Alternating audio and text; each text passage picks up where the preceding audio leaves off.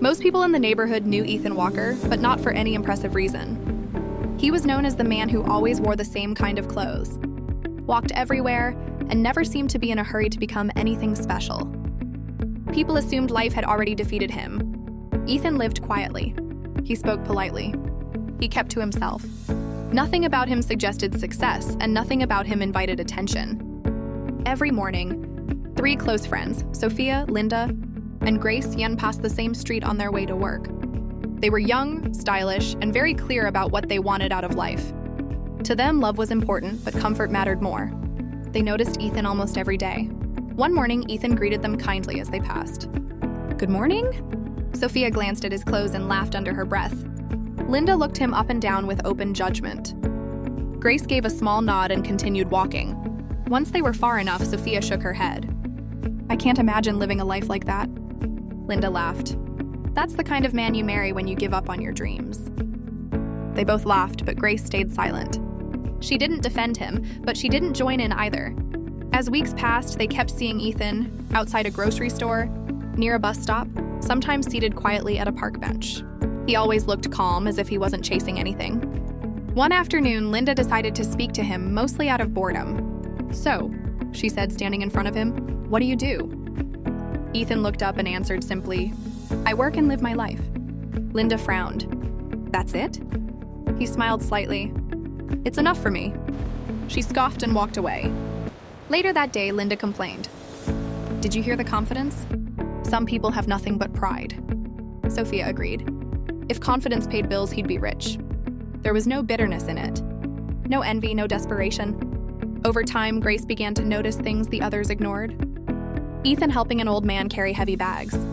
Ethan quietly paying for a stranger's groceries when the person came up short. Oh, thank you, my son. It's no trouble Ethan at all. never staying to receive praise. Still, Ethan never showed interest in any of them. Not even Grace. That bothered her more than she wanted to admit. One evening, Grace found herself standing next to Ethan at a small bookstore.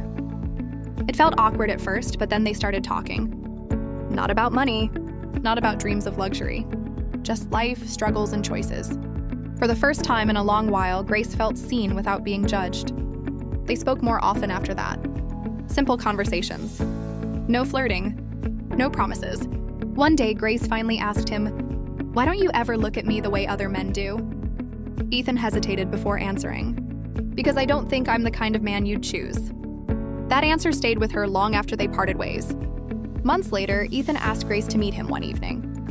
There were no gifts, no fancy plans. He looked nervous. "Will you marry me?" he asked. Grace was shocked. She didn't even know when her feelings had grown so deep, but she said yes. When Sophia and Linda heard the news, they reacted strongly. "You're settling," Sophia warned. "You'll regret this," Linda said bluntly. "Love won't pay bills." Grace listened, but her heart was already decided. The wedding was small and simple. Too simple for Sophia and Linda to attend with enthusiasm. They whispered among themselves, shaking their heads.